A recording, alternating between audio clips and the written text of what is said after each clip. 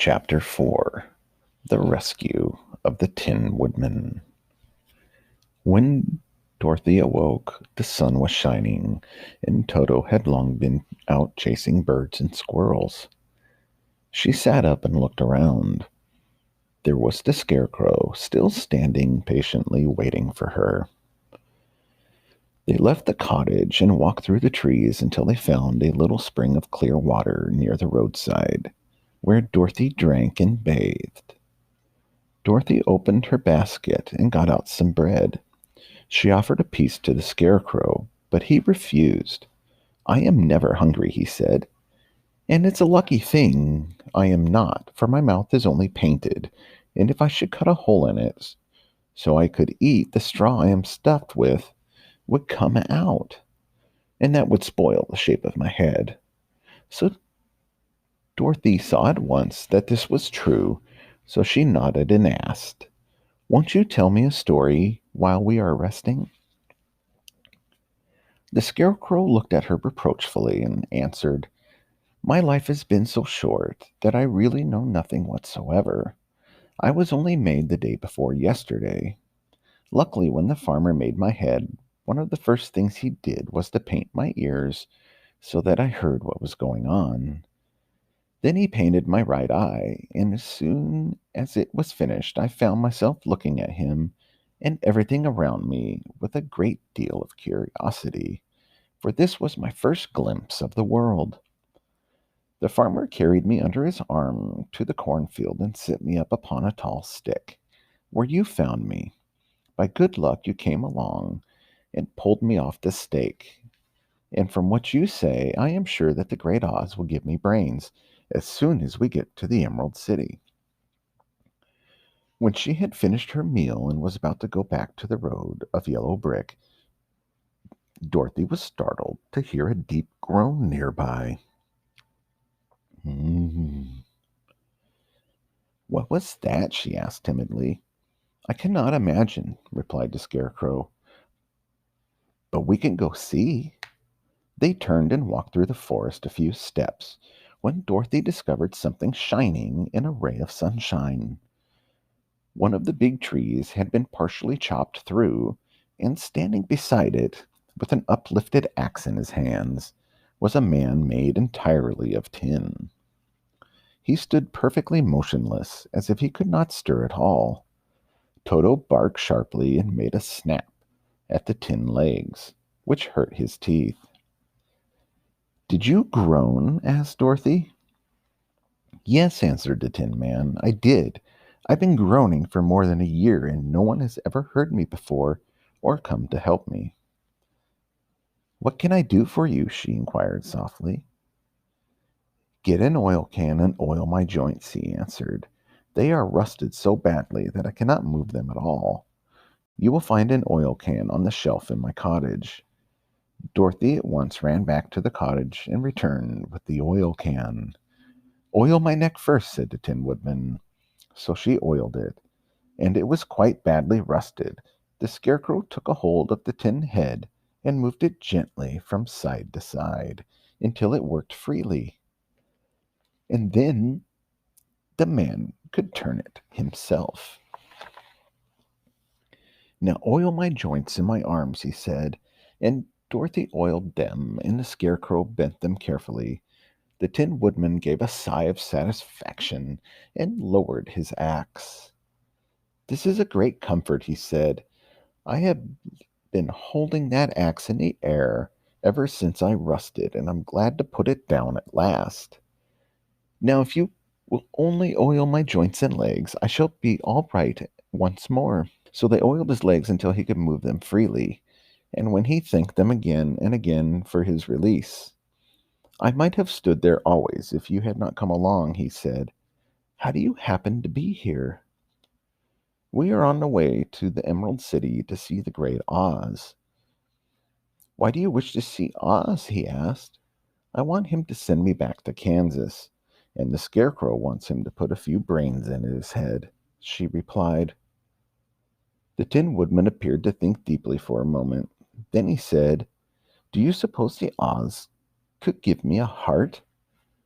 Why, I guess so, Dorothy answered. It would be easy as giving the Scarecrow brains. True, the Tin Woodman returned.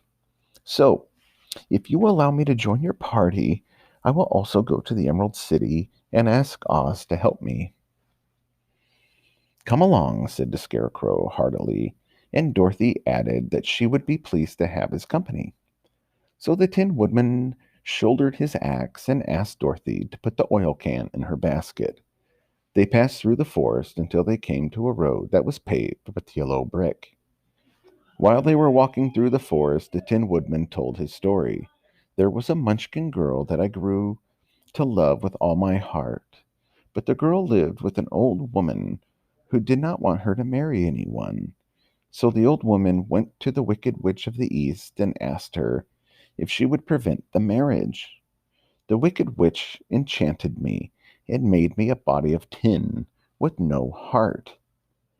During the year I stood there, I had time to think that the greatest loss I have ever known was the loss of my heart. While I was in love, I was the happiest man on earth. But no one can love who has no heart, and so I am resolved to ask Oz to give me one. All the same, said the Scarecrow, I shall ask for brains instead of a heart, for a fool would not know what to do with a heart if he had one. I shall take the heart, returned the Tin Woodman, for brains do not make one happy, and happiness is the best thing in the world. Chapter 5 The Cowardly Lion. All this time, Dorothy and her companions had been walking through the thick woods. The road was still paved with yellow brick, but these were much covered by dried branches and dead leaves, and the walking was not good at all.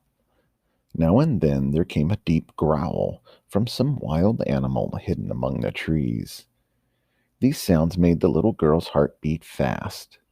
Toto walked close to Dorothy's side and didn't even bark in return.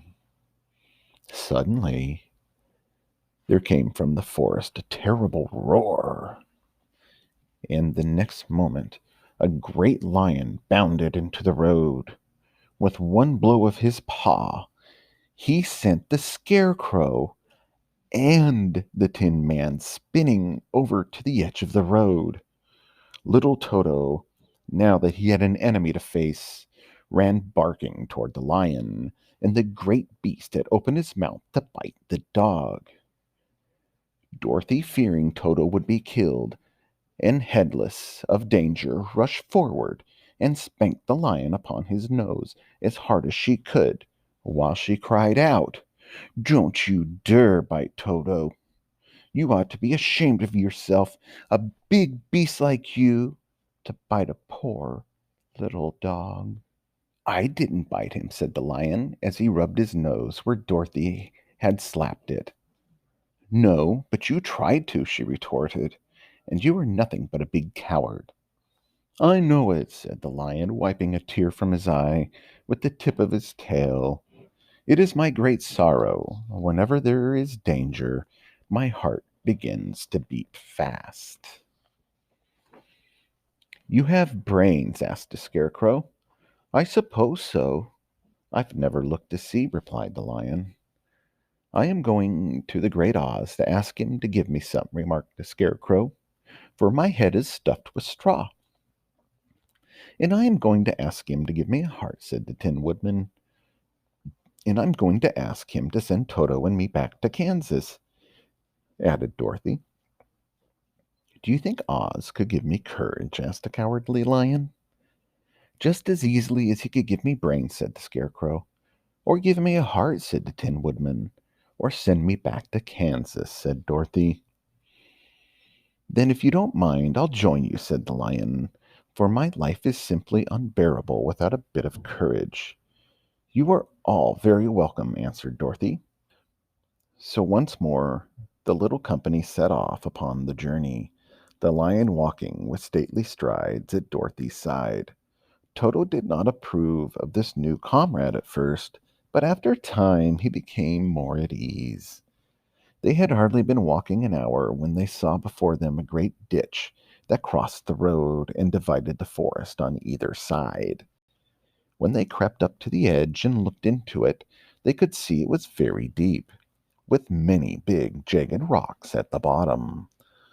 The sides were so steep that none of them could climb down. "What shall we do?" asked Dorothy despairingly. "I could jump over," said the Cowardly Lion, after measuring the distance carefully in his mind. "Then we're all right," answered the Scarecrow, "for you can carry us all over on your back, one at a time." The Scarecrow sat upon the lion's back. Then, giving a great spring, the beast shot through the air and landed safely on the other side. Dorothy went next, taking Toto in her arms. She climbed onto the lion's back, holding tightly to his mane in one hand. The next moment it seemed as if she were flying through the air, and then before she had time to think about it, she was safe on the other side. The lion went back a third time and got the Tin Woodman, and then they all sat down for a few minutes to give the beast the chance to rest. Chapter 6: The Deadly Poppy Field. After the lion had rested, they started along the road of yellow brick. They walked along listening to the singing of birds and looking at great clusters of scarlet poppies, which were so brilliant in color they almost dazzled Dorothy's eyes. Soon they found themselves in the midst of a great meadow of poppies. It is well known that when there are many of these flowers together, their odor is so powerful that anyone who breathes it falls asleep, and if not carried away from there, sleeps on and on forever. But Dorothy did not know this, so presently her eyes grew heavy, and she fell. She must sit down to rest and to sleep. But the others would not let her do this, and kept walking until Dorothy's eyes closed in spite of herself, and she fell among the poppies, fast asleep with Toto beside her. The Scarecrow and the Tin Woodman, not being made of flesh, were not troubled by the scent of the flowers. "Run fast," said the Scarecrow to the lion, "and get out of this deadly flower bed as soon as you can. We will bring you the little girl with us. But if you should fall asleep, you are too big to be carried." So the lion bounded forward as fast as he could. The Scarecrow and the Tin Woodman picked up Toto and put the dog in Dorothy's lap, and then they carried the sleeping girl between them through the great carpet of deadly flowers that surrounded them. At last they came upon their friend the lion, lying fast asleep among the poppies. The flowers had been too strong for the huge beast, and he had given up at last and fallen only a short distance from the end of the poppy bed, where the sweet grass spread in beautiful green fields before them. "We can do nothing for him," said the Tin Woodman sadly, "for he is much too heavy to lift. We must leave him here to sleep on forever, and perhaps he will dream that he has found courage at last." "I'm sorry," said the Scarecrow. "The lion was a good comrade for one so cowardly, but let us go on." They carried the sleeping girl to a pretty spot beside the river, far enough from the poppy field to prevent her from breathing any more of the poison of the flowers. And here they lay her gently on the soft grass and waited for the fresh breeze to waken her. As the Scarecrow and the Tin Woodman stood beside the girl, they heard a low growl. A strange beast came bounding over the grass toward them. It was indeed a great yellow wildcat chasing a little gray field mouse. The Tin Woodman raised his axe as if the wildcat ran by. He gave it a quick blow. The field mouse, now that was freed from his enemy, stopped short and said in a squeaky little voice, "Oh, thank you. Thank you ever so much for saving my life. I am a queen, the queen of the field mice. Therefore, you have done a great deed in saving my life." At that moment, several mice ran up as fast as their little legs could carry them. When they saw that their queen, they exclaimed, "Oh, your majesty, how did you manage to escape the great wildcat?" "This funny tin man," she answered, "saved my life. So hereafter you must all serve him and obey his slightest wish. If there's anything we can do now to repay you." The scarecrow, who had been trying to think, could not, because his head was stuffed with straw, said quickly, "Oh, yes. You can save our friend the cowardly lion who is asleep in the poppy bed." "A lion!" cried the little queen. "How he would eat us all up." "Oh, no," declared the scarecrow. "This lion is a coward, and he would not hurt anyone who is our friend. Please send for all the mice to come here as soon as possible, and let each one bring a long piece of string." "Now," said the scarecrow to the Woodman, "you must go to those trees and make a cart that will carry the lion." The mice came up from all directions. It was about this time that Dorothy woke from her long sleep and was greatly astonished to find herself surrounded by thousands of little mice looking at her timidly. But the scarecrow told her about everything, and turning to the dignified little mouse, he said, "Permit me to introduce to you Her Majesty, the Queen."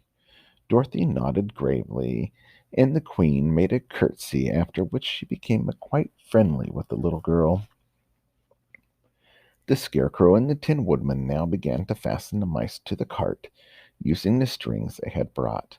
When all the mice had been harnessed, they were able to pull it quite easily to the place where the lion lay asleep. After a great deal of hard work, the two managed to get the lion up on the cart. At first, the little field mice, many though they were, could hardly stir the heavily loaded cart.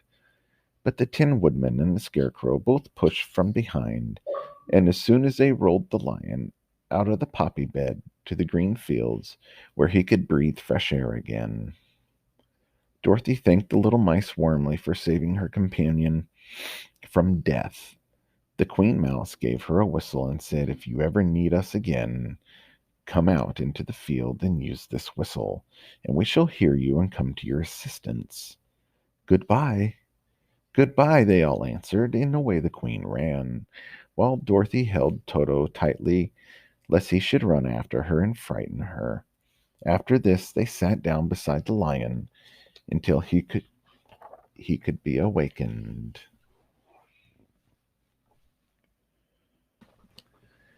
Chapter 7: The Wonderful Emerald City of Oz. It was some time before the cowardly lion awakened, but when he did open his eyes, he was very glad to find himself still alive. They all started upon the journey, and it was not long before they reached the road of yellow brick. The road was smooth and well paved. Now, and the country about was beautiful. Once more they could see fences and houses beside the road, but these were painted green. "This must be the land of Oz," said Dorothy, "and we are surely getting near the Emerald City." "Yes," answered the Scarecrow, "everything is green here, while in the country of the Munchkins, blue was the favorite color." When they came to a good-sized farmhouse, Dorothy walked boldly up to the door and knocked. A woman opened the door and said, "You may come in, and I will give you some supper and a place to sleep." The next morning, as soon as the sun was up, they started on their way. As soon and soon saw a beautiful green glow in the sky before them. Yet it was afternoon before they came to the great wall that surrounded the city. In front of them, and at the end of the yellow brick road, was a big gate, all studded with emeralds that glittered so in the sun that even the painted eyes of the Scarecrow were dazzled by their brilliancy. There was a bell beside the gate, and Dorothy pushed the button. Then the big gate swung slowly open, and they all passed through and found themselves in a high arched room, the walls of which glistened with countless emeralds. Before them stood a little man about the same size as the Munchkins. He was clothed all in green from his head to his feet, and even his skin was of a greenish tint. At his side was a large green box. When he saw Dorothy and her companions, the man asked, "What do you wish in the Emerald City?" "We came here to see the Great Oz," said Dorothy. The man was so surprised at this answer that he sat down to think it over. "It has been many years since anyone asked me to see Oz," he said.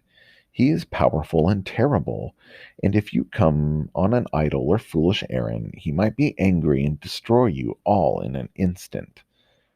I am the guardian of the gates, and since you demand to see the Great Oz, I must take you to his palace. But first you must put on the spectacles, because if you do not wear them, the brightness and glory of the Emerald City will blind you. They are all locked on, for Oz so ordered it. I have the only key that will unlock them." He opened the big box, and Dorothy saw that it was filled with spectacles of every size and shape. All of them had green glass in them. The guardian of the gate found a pair that would just fit Dorothy and put them over her eyes. Two golden bands fastened them around the back of her head, where they were locked together by a little key that was at the end of a chain. The guardian wore around his neck. Then the green man fitted spectacles for the others, even on little Toto, and all were locked fast with the key. Then the guardian of the gates put on his own glasses. Taking a big golden key from the peg on the wall, he opened another gate, and they all followed him through the portal into the streets of the Emerald City. Even with their eyes protected by the green spectacles, Dorothy and her friends were dazzled by the brilliance of the wonderful city. The streets were lined with houses all built of green marble and studded with sparkling emeralds. The pavement was the same green color marble, and where the blocks were joined together were rows of emeralds glittering in the brightness of the sun. Even the sky above the city had a green tint. The guardian of the gates led them through the streets until they came to the palace of Oz, the great wizard. There was a soldier before the door, dressed in green uniform and wearing a long green beard. "Here are strangers," said the guardian of the gates to him, "and they demanded to see the great Oz." "Step inside," answered the soldier, "and I will carry your message to him." They had a they had to wait a long time before the soldier returned. When at last he came back, Dorothy asked, "Have you seen Oz?" "Oh, no," returned the soldier.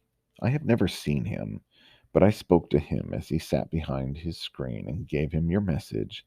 He said he will grant you an audience, but not today.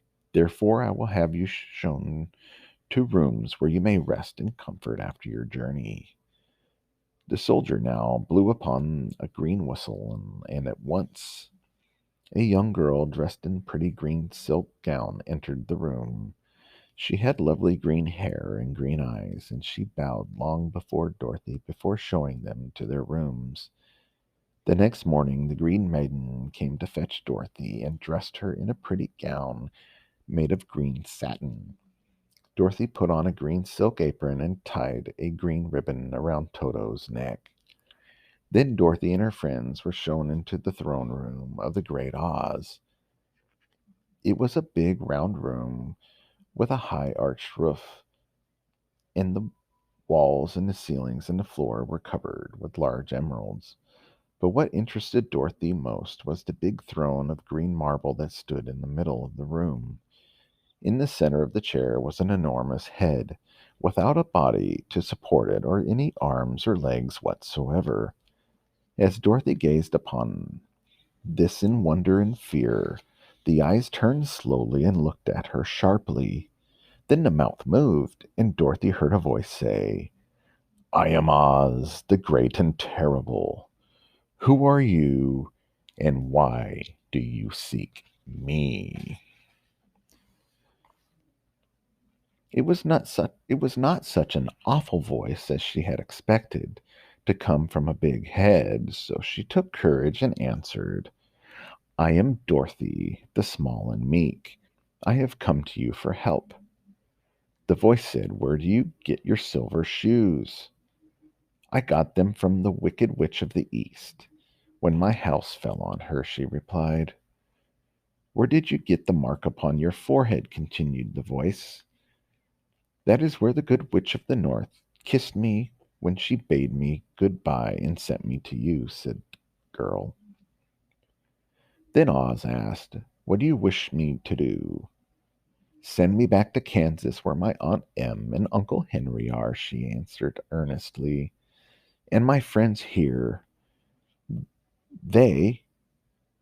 Why should I do this for you? Interrupted Oz. You have no right to expect me to send you back to Kansas unless you do something for me in return. Help me, and I will help you. Kill the wicked witch of the West. But I cannot, exclaimed Dorothy, greatly surprised. You killed the wicked witch of the East, and you wear the silver shoes, which bear a powerful charm.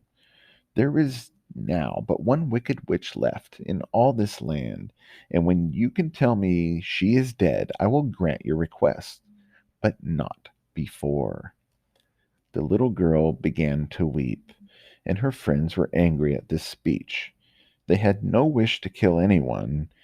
As each stepped forward to make his plea, the Scarecrow to ask for brains, the Tin Woodman for a heart, and the Lion for courage, each got the same reply. To have their wishes granted, they must kill the wicked witch. Therefore, they reluctantly decided to start upon their journey. The next morning, they went to bed quite early and slept soundly until daylight. That brings us to the end of chapter 7. And thank you for coming along that journey today for the part 2 into the Wizard of Oz. Thank you all for coming along. I want you to sleep tight and don't let the bed bugs bite. And look for part 3 coming soon. Good night.